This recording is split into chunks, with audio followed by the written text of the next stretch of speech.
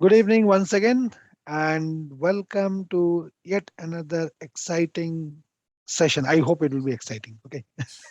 I don't want to force that it depends on all of us, right? Yeah, So let's make it interactive. See, though we are talking about leadership and all these things, by no way I claim that I know everything about leadership or all these things. So let's make it interactive. Let's make it kind of a information sharing, knowledge sharing, experience sharing kind of thing, so that we all will be benefited.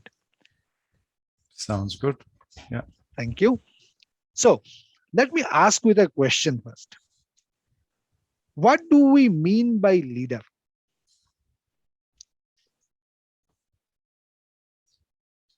Anyone thought?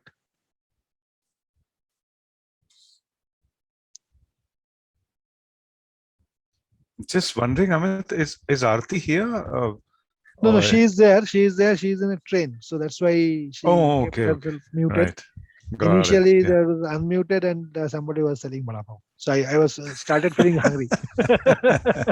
Okay. Yeah, because the interactivity, obviously, it was. But yeah, understood. That's okay. Yeah. Right. So, any thought? So, Rashi, since you're the lady on the screen, so ladies first, huh? Go Ladies ahead. first. Uh, so leader, somebody who's willing to take charge of a situation and uh, take the lead, essentially. So coming from there, Right. Okay. Okay. Sanjay that's ji. the first thing Sorry. that came to mind. Sure. Sure. Absolutely. Sanjay Okay. ji. Any addition? So the difference between a leader and anyone else, and leadership is always situational, is someone who takes responsibility for a situation that would have arisen, um, and is able to visualize how to come out of it or to go there. So by go there, I mean if you're starting a business, the leader will have the vision to say, okay, this is where we want to go, and then he takes along his team there. So that is the essential difference between a leader and a leader is someone simply because others are willing to follow them. So it's almost by exception that leadership is discovered as an attribute in people, and that is because other people believe so. So Absolutely. that's my very brief. Absolutely. Absolutely. Very true. Very true. So now, let me ask another question. Especially in IT industry and other industry also, when a person, individual, grows in the organization level and reaches to certain height, certain level, they are considered or told as they are the leadership at the leadership position. They are so and so forth and all. Some organization like the organization where I have served maximum of my career, almost 15 years in Accenture, they actually turned senior management guys as Accenture leadership and so forth. Now the question is the designation?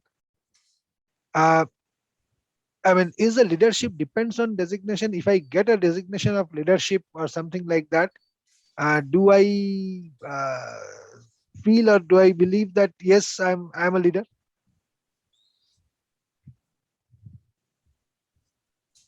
No, Right. absolutely not.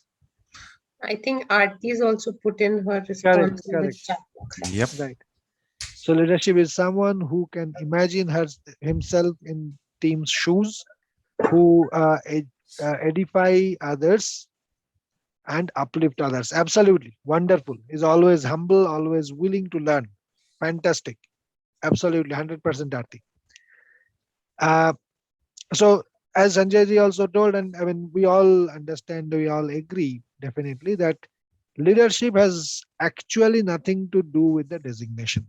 So designation is something different, and actual leadership skill or the people whom we consider as leader or whom we admire as leader, these are two different things. I mean, it may so happen that they might be at a very senior or high position in organization, may not be also, maybe in a very high position in the driving the nation, may not be also, so and so forth.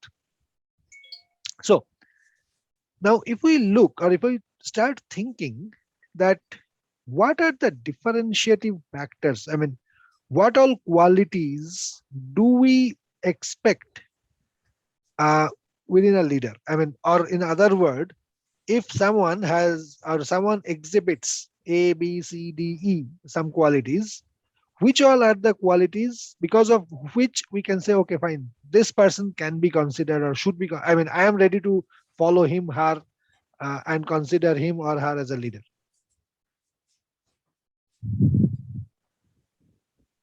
We can have some pointers. So, a couple of things that come to mind is a person who's authentic, Mhm, somebody who's courageous, um, has conviction, mhm. yeah, and is able to see that through. So both, so the courage or the courage of conviction, you know, and as Sanjay said, the situational leadership was able to deal with different kinds of situations. So I'm giving that a slightly different thing here, that no, in the sense that uh, from one situation to another, things will be different, but they're able to work through that with confidence. And if um, I think even authentic enough to say that sometimes they're not clear, but willing to find a way forward, either themselves or jointly with their team. These are some of the top things that come to my mind. Of course, Aarti's put some comments in the section, and I'm sure Yes. they will have something more to add. Both you Uh, ladies have covered so much. So let me use a metaphor, okay? And I'll explain the point. So we've all been in a situation where there is a traffic jam and there is no traffic policeman. Suddenly, some man or some woman who is also a passenger in one of the cars will get out. They'll come to the middle of the situation. They'll see it very clearly and they'll start directing traffic so that the situation eases up. Why I've used this metaphor is the fundamental skill or attribute of a leader is to have extremely clear idea of what is going on at all times and to be able to see the situation very, very clearly so that they're able to direct people and communicate in a very effective way so that they go forward. Um, yes, they have to be brave because it takes a lot of courage in that traffic situation to get out of your car and say, I'll take charge. See, this whole thing, I'm taking ownership of the problem. Correct. That's the first attribute. Then being brave enough to step forward. Then being clear enough to say, I've understood the situation, I have a solution, and here I'm directing traffic to get you to where you need to go, same as I need to go somewhere also, right? So those attributes are very, very important. I would say also having um, a lot of care. So the greatest leaders are the ones who actually care about the people that they are with. Whether you look at military examples, whether it's Alexander or Chandragupta Maurya or any of the great Indian generals, etc., same thing. They really, you know, feel for their people and their welfare. And in organizations like the army, where they groom you very, very properly, your men are everything. Literally a CEO of a regiment is considered to be the father of the regiment. He's got that much moral authority because of the amount he has to care, which is why what the Chinese came up against in the LAC when they made the mistake of killing Colonel Babu, at the LAC. Not only did his men, but the men of other regiments joined in. And I believe the kill ratio was 120 Chinese dead for just about 20 of our soldiers dying, right? So, it goes way beyond just the task or something else, is my sorry, I'm boring you guys. So No, no, no, with all no, no, this, not at all. go Not ahead. at all. Absolutely. These are Hey, all great Archana, points. welcome. Sanjay, we love listening to you. Exactly. Sorry, please go ahead. Amit. Yeah. Brilliant example. Brilliant example. Definitely. Definitely. So, the leaders actually, in other word, again, let's put it this way. Why we usually prefer, or by default, not prefer, by default, tend to follow someone as our leader, because definitely, as Sanjay told, that person leads from the front, and that person has the courage to move up, or move or get into a difficult situation, uh, find out a direction and give the direction which will help the entire group or entire people, set of people, to navigate through and all these things. Yes, absolutely, very true. uh, Now, along with that, can we say that if I really want myself to be a leader. Now, I'm gradually shifting here some of the, as a leader, or within a leader, let's put it this way, within a leader, um, there are some qualities, okay, let's take it this way. Um, when we talk about an individual, XYZ, whoever, anyone among us or all of us, we have certain qualities inborn, which are we consider as leadership quality and all these things. Now, the second thing is, the second next question here is, are all the leaders are born leader, or we can even nurture or learn and nurture, practice some of the skills to at least move up to certain level. We may not be a natural leader in that case, a born leader or natural leader kind of, but at least we should be able to drive our goal or an organization and all these things. Everybody is not a born leader, right? So is it possible?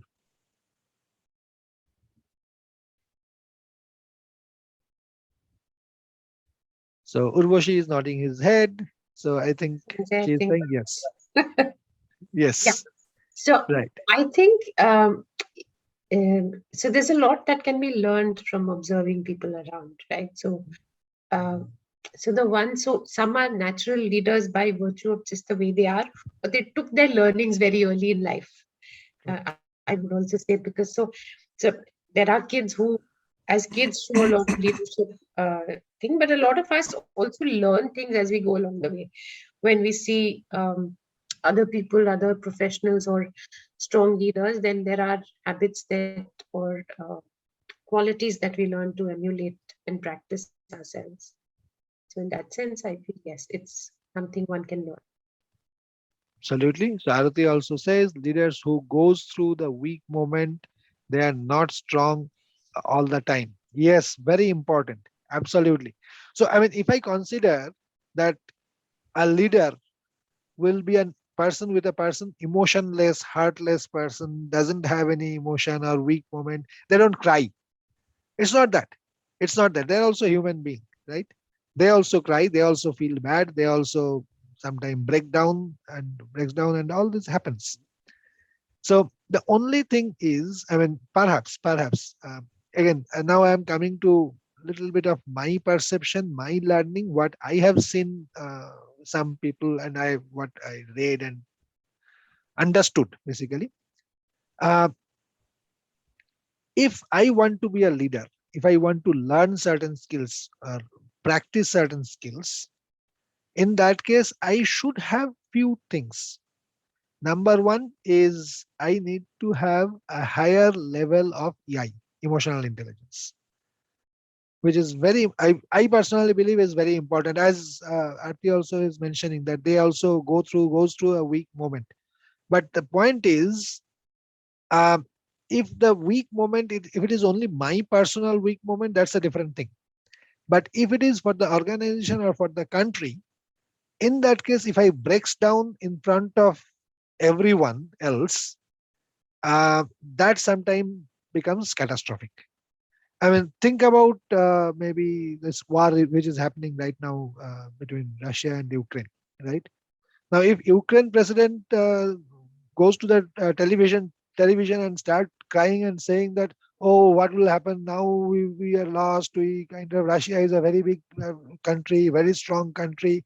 I think they will conquer us within no at no time and all these things, which might be the hard truth, might be the reality.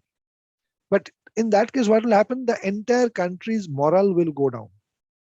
Perhaps inside him, he might know the reality, or rather, he definitely knows the reality.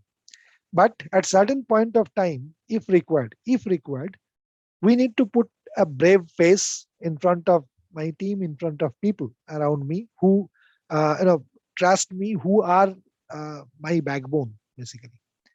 And there we need to stand strong and exhibit that yes, nothing to be afraid. Situation is difficult, but we will work through it. We will work closely and overcome this situation, kind of thing. It might be very, very, very difficult. But again, if one person cannot do, but if 100% put together, 100 people put together, it might be possible, right? So again, one section of emotional intelligence, if we talk about, I mean, one characteristic. Second thing is Archana will be will I mean Archana and Sanjay and everyone will agree. Leaders, to be a leader, the first and foremost thing, I need to have a self awareness. I need to know myself. I need to, again, nobody is perfect in the world. Can I say that I am perfect? I am 100% perfect? No. There's no one, there's no Mr. Perfect or Miss Perfect or Mrs. Perfect, right? So I need to understand where all are my, or which are my strong points and which are not so strong point. I will not say weak point, not so strong point. So whichever areas are my strong point, fair enough. I mean, if it is correct, if it is true, I can take the lead. But the areas which is not so strong point for me, it is better that I will find out people who are better than me, at least in those areas, and put them in the right place. So that overall, as at an organization level or at a country level, whatever it might be, everything at the and all the qualities and all the standard goes up, right? So I actually forgot. Somebody have quoted. I don't know who. I mean, I forgot the name. That he's a noted billionaire and businessman. He said that yes, I am not good in everything, but I know who is good at what. So I find out and put them in the right place, so that overall the machinery, the function runs and runs better than anyone else, better than any other organization, better than any other company. So self-awareness, I personally again feel is very, very, very important. Uh, the next would be another important point, which I feel is self-regulation. If I do not, I would say, uh, behave appropriately, if my behavior is not appropriate in uh, different circumstances, in that case there will be a problem. I mean, if these kind of cases, I often give an example. Suppose I am a sales manager. Uh, my, I mean, including me, we all were supposed to meet a customer or a client for a very important deal. It's a huge deal, big deal. But because of sudden illness, my health problem, personal health problem, I could not go. I could not attend the meeting. But I had my trusted team who had gone there, and because of whatsoever the reason might be, they screwed up. I mean, finally, we have not got the deal. Now, as a manager, the very next thing if I do, if I start screaming, shouting at my team, lose the cool, lose the control, in that case, what is going to happen? As it is, we understand that they also understand. I mean, they are also matured people, right? So they also understood. They are also not in a good mood. They are also in kind of a grief kind of thing. They are also feeling bad, feeling dissatisfied. Now, on top of that, if as a manager, if I start screaming and shouting at them, in that case, their morale will further be down. And perhaps in the future, they will never be able to take the lead at any situation. So, yes, mistake happens. Um, as much as possible, we should try to do experimentation in a safe environment. But if I always do experiments in the safe environment or the simulated environment and real environment are not always same. So in real environment, until and unless I am being tested, I don't know. I mean, until and unless I might have did the flight simulator training 100 times, 1,000 times, but until and unless I am sitting in a real cockpit and flying the plane, and in a difficult, especially in a difficult situation, it might be in a storm or whatsoever, it might be trying to take off or land the plane. My skills are not tested. So it may so happen that I will succeed. It may so happen that I may fail. Maybe. I mean, accident or this error and all this thing, judgmental error happens. And until and unless we gain the experience, that may happen.